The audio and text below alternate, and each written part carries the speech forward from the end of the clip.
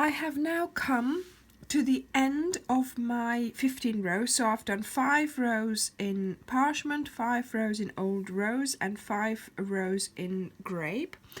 And this sort of is now the size of my bottom of the bag. And let me just show you, it is about 21 centimeters wide.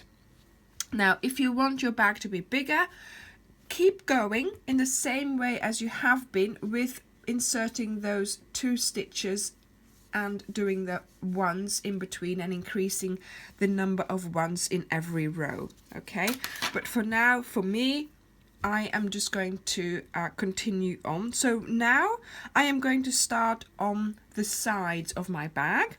This is the bottom, and this is actually the outside of my bag. So this is the outside, this is the inside. Okay, so we keep working on the outside of our bag, and I'm going to go back to my parchment color because that's my, that's the next color I'm going to be doing.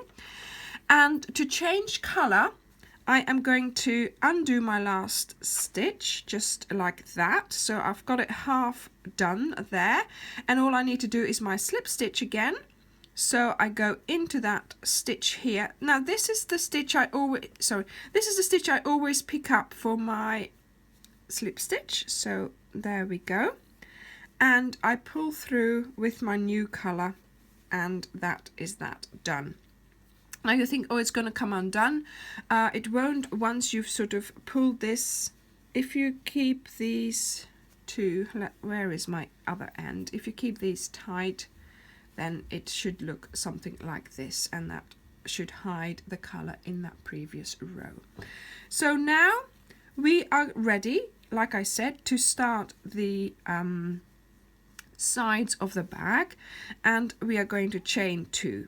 And the way we are going to do the sides of the bag is just by doing half double crochets all the way around. So no more counting, no more thinking really.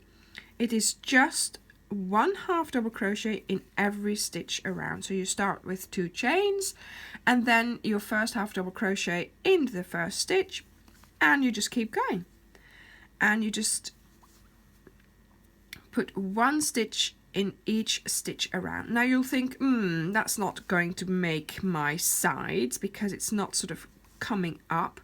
It will do after a few rows, so you have to stick to it for a little while, and you will notice that all of a sudden you have like a bowl shape, and it will stand up. So this is our inside now. It will stand up like that. See, I can sort of put it like that at the moment. It won't feel like that to start with, but after a few rows it will just start standing up because you're not doing those double stitches anymore in between. So you just keep going all the way around, and I will see you at the end of the row.